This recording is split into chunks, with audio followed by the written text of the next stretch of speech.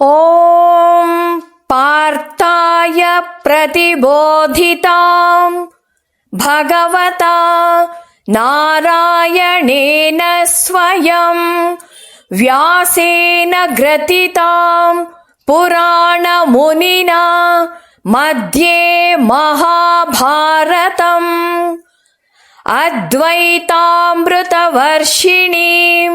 ಭಗವತೀಂ ಅಷ್ಟಾದಶಾಧ್ಯಾಯಿನೀಂ ಅಂಬ ತ್ವಾಮನುಸಂದಧಾಮಿ ಭಗವದ್ಗೀತೆ ಭವದ್ವೇಷಿಣೀಂ. ಪಾರ್ಥಾಯ ಪ್ರತಿಬೋಧಿತಾಂ ಭಗವತಾ ನಾರಾಯಣೇನ ಸ್ವಯಂ.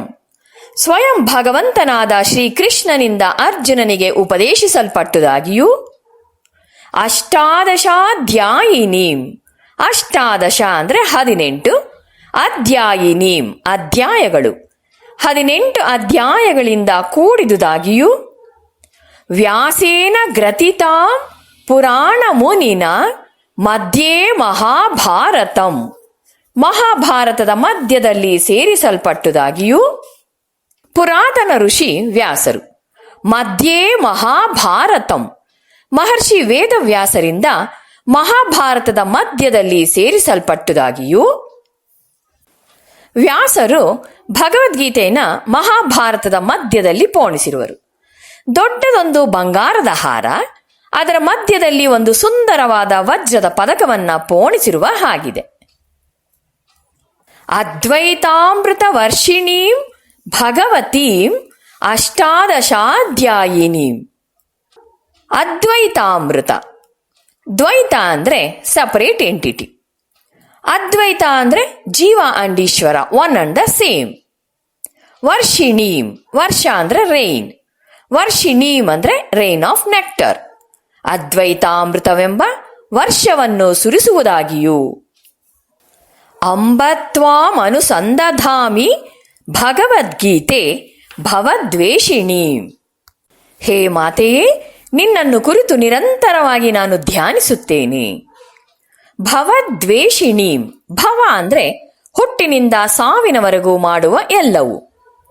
ಭವದ್ವೇಷಿಣೀಂ, ಭವಕರ್ಮವನ್ನು ಹೋಗಲಾಡಿಸುವುದಾಗಿಯೂ. ಭಗವದ್ಗೀತೆನ ತಾಯಿ ಅಂತ ಸಂಬೋಧಿಸಿದ್ದಾರೆ.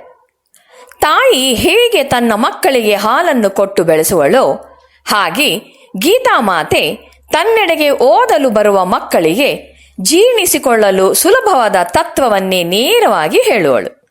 ಇಲ್ಲಿ ಯಾವ ಬುದ್ಧಿಯ ಕಸರತ್ತು ಕೂಡ ಬೇಕಿಲ್ಲ, ಇದನ್ನ ತಿಳಿದುಕೊಳ್ಳಲು ಮಗುವಿನಂತೆ ತಾಯಿಯೆಡೆಗೆ ಬಂದರೆ ಸಾಕು ಅಂತ ಹೇಳ್ತಾರೆ. ಮಹಾತ್ಮ ಗಾಂಧಿಯವರು ಹೀಗೆ ಹೇಳಿದ್ದಾರೆ, ಗೀತೆಯೇ ನನ್ನ ತಾಯಿ ಆಗಿರುವಳು. ನಾನು ಚಿಕ್ಕವನಾಗಿರುವಾಗಲೇ ತಾಯಿಯನ್ನ ಕಳೆದುಕೊಂಡೆ, ಆದರೆ ಗೀತೆ ನನ್ನೊಡನೆ ಇರುವುದರಿಂದ ತಾಯಿ ಇಲ್ಲ ಅಂತ ನನಗೆ ಅನ್ನಿಸಲೇ ಇಲ್ಲ ಅಂತ ಹೇಳಿದ್ದಾರೆ. ಸ್ವಯಂ ಭಗವಂತನಾದ ಶ್ರೀಕೃಷ್ಣನಿಂದ ಅರ್ಜುನನಿಗೆ ಉಪದೇಶಿಸಲ್ಪಟ್ಟುದಾಗಿಯೂ ಮಹರ್ಷಿ ವೇದವ್ಯಾಸರಿಂದ ಮಹಾಭಾರತದ ಮಧ್ಯದಲ್ಲಿ ಸೇರಿಸಲ್ಪಟ್ಟುದಾಗಿಯೂ 18 ಅಧ್ಯಾಯಗಳಿಂದ ಕೂಡಿದುದಾಗಿಯೂ ಅದ್ವೈತಾಮೃತವೆಂಬ ವರ್ಷವನ್ನು ಸುರಿಸುವುದಾಗಿಯೂ ಭವಕರ್ಮವನ್ನು ಹೋಗಲಾಡಿಸುವುದಾಗಿಯೂ ಇರುವ ಹೇ ಮಾತೆ ಭಗವದ್ಗೀತೆ, ನಿನ್ನನ್ನು ಧ್ಯಾನಿಸುತ್ತೇನೆ.